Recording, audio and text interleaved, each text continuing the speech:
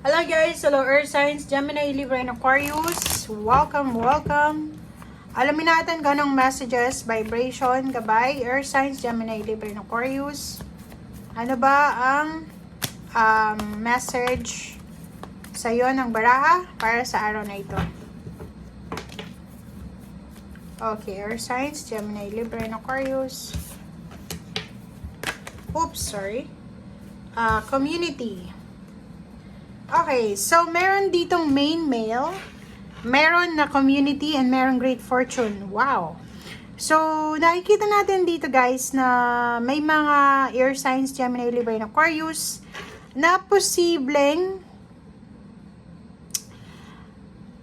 meron kayong matatanggap na good luck, good fortune. Great fortune eh. Money to, pera.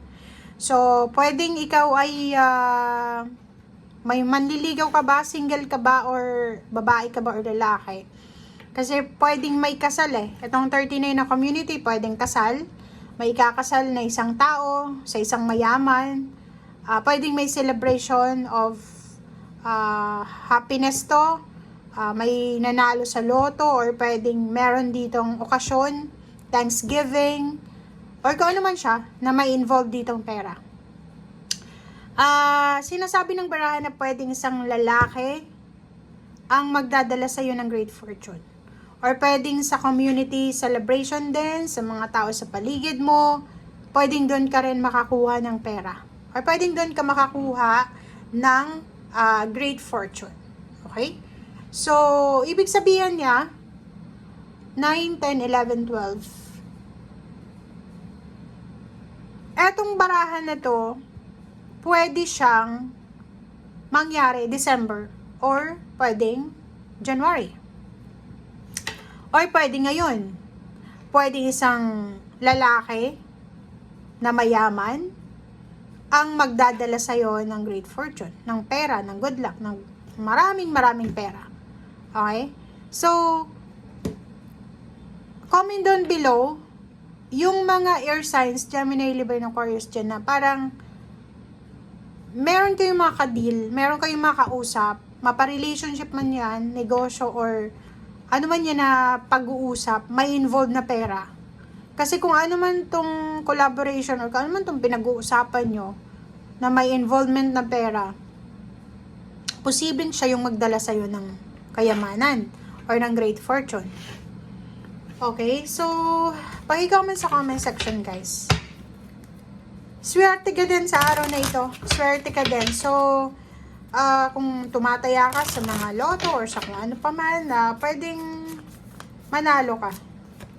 Swerte ka, swerte ka sa mga parang chances, games, winnings, parang ganon.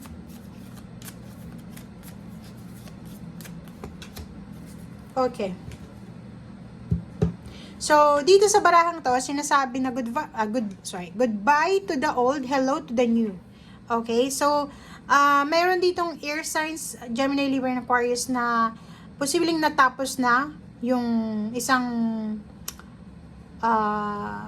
stage sa buhay mo, and ngayon is may papasok sa buhay mo. So, pwedeng paghihirap, pwedeng financial freedom itong makukuha mo. Out of the blue, di ba? So, pwedeng hindi mo inaasahan, biglang yumaman ka. Hindi mo inaasahan, bigla kang nabigyan ng inheritance. Hindi mo inaasahan na biglang nagbago yung takbo ng buhay mo. 'Di ba? So, sinasabi ng baraha dito na deserve mo kung ano man to na blessings na to. Okay?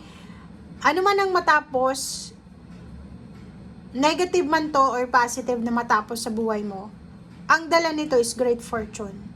Kaya parang ano siya, rags to riches.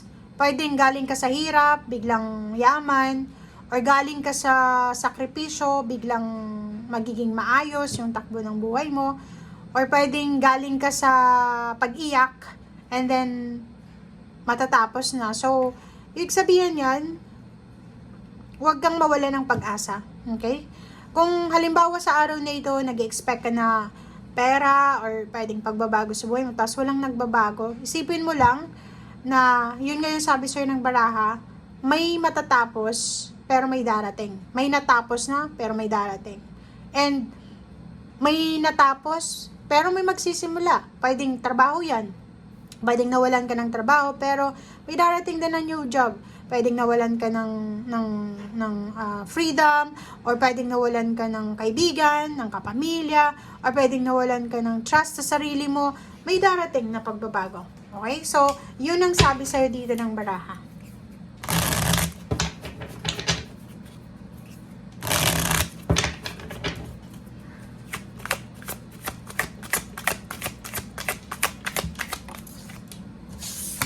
Okay, nature. Nakikita ko rin sa'yo dito, may mga air signs, Gemini, Libra, and Aquarius, especially yung mga Libra. Siguro sa araw na ito, spend time sa nature, guys, kasi masyado kayong, yung iba, siguro masyadong namumblema, hindi makatulog, masyado kayong nag-aalala. So, sinasabi ng baraha sa inyo dito na, kalma lang, spend time sa nature. Kasi mayroon ka ditong damon eh.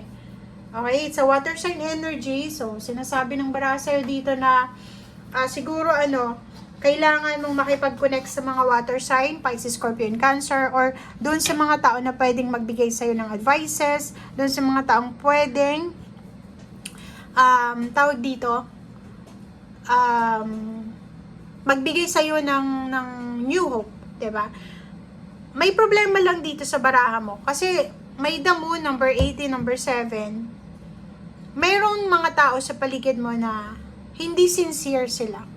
So, mag-iingat kayo doon sa mga taong kausap nyo. Mag-iingat kayo doon sa mga taong